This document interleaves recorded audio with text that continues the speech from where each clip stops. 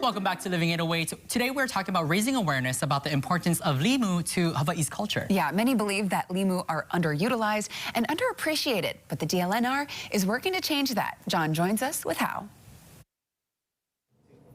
Welcome back to Living 808. So happy to have Ryan O'Connell joining us here in the Living 808 Lounge. And today we are talking about, and if you see it in front of us, we're talking about limu. Thanks for being here. Appreciate it. Right on. This is awesome. I'm looking forward to learning a little bit more about the stuff I like to eat.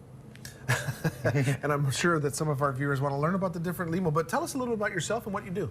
Yeah, I'm a program manager for the Division of Aquatic Resources. The Division of Aquatic Resources is part of DLNR, Department of Land and Natural Resources, and is our kuleana for take care of the living things in the ocean, like the limu, the fish, the opihi, the coral. Yeah, I studied limu at the University of Hawaii under Dr. Isabella Abbott at the University of Hawaii Botany Department, and that's where I got my limu background. And she passed away, but she was world renowned in limu identification, and that's where I learned how to identify limu. I got to admit, I didn't realize there was a whole study on limu. I guess I should have realized it. But we're here today to learn a little bit about limu because, and maybe our viewers don't really know this, but this is the year of the limu. That's right. That's kind of neat. I didn't know there was such a thing. Tell me a little bit about that. Yeah, the year of the limu. So it's more of a grassroots effort, and it's being led by KUA. It's a community-driven organization.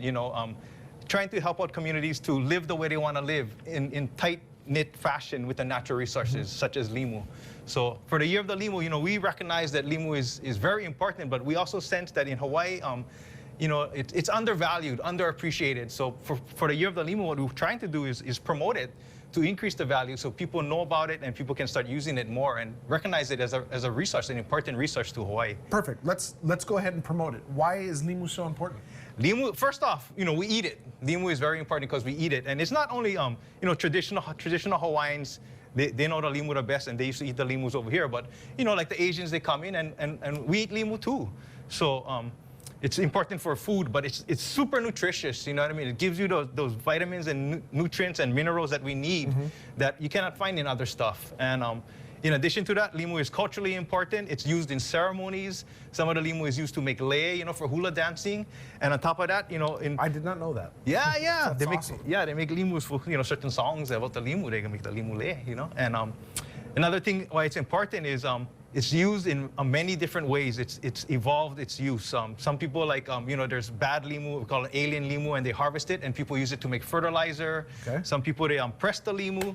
I had a press, I forgot to bring it, but they press the limu on a piece of paper, and it comes out to like an art, or people make cards out of that and stuff like that. And people even using it in different kind of recipes. Like I know somebody who uses some limu to make cake, and it makes the cake much more moist and stuff like that. Well, we have some limu out in front of us. I'd like to learn a little bit about it and let our viewers know a little bit more about what we have in front of us. Can you describe what we have in the different bowls?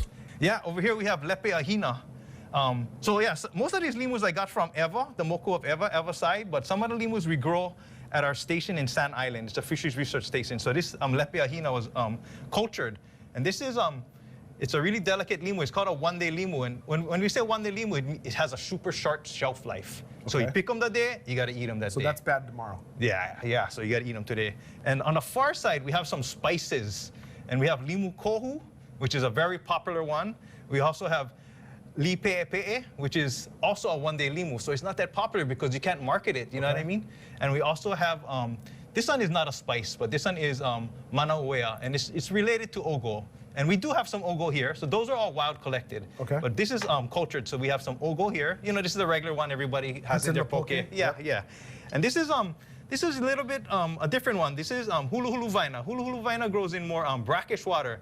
And I don't know if you guys know the dish ake. It's the raw liver, raw liver one. No, I'm not familiar with that. Yeah, it's beef, raw beef liver. And this is the limu you need to make that. You ask Uncle Sam about ake. He knows it exactly. Okay, I'm sure Uncle Sam somewhere around here, he'll probably want some of this. Yeah. Okay, so all of this is edible. Yeah, all limu is edible. Some is just more, it's preference, you know what I mean? Okay. Some is preference. Some limu get calcium carbonate inside. So like this one, halimita, this one has calcium carbonate inside. So, you're not going to die if you eat them, but, it's stony, it's like rocky, so you wouldn't want to eat it. So you wouldn't want to bite into it. Yeah. But what is your favorite? My favorite, I would say somebody in this bowl. I like the Really? spices. I like the spices, the strong flavored ones. And you can try one if you like. Yeah, you know what? Okay. If you've invited, Yeah, go for it. So which one out of the two is your favorite? This one, So the is Lipepe. And is it spicy? It has a strong flavor. Okay, let's try it. Yeah, go for it. Some people say it's kind of creamy a little bit. You're right, it is strong. It's very good though. It's really good. I'm sure I would like each one of them. If I like this one, I'm gonna like them all, right? Probably, yeah. If somebody wants to know a little bit more about Limu and what you guys do and want to even help out, how can they find out a little more information? Yeah, I mean, you can just go on the internet and type in Limu and find out a lot more about Limu like that. There's books, out there. At our workplace, we do have a page highlighting Limu, Division of Aquatic Resources. So there's a lot of resources out there to learn about Limu and how to use them and recipes and stuff like that too. We'll throw up a couple of websites on our website, kh12.com. Ryan, thank you so much for showing up. I appreciate it. No problem, anytime. So interesting. And I love to eat it. I was gonna say, But yeah, I need it. learned some interesting ways that it's been utilized in the past. So cool. Thanks, John. Thank you, John.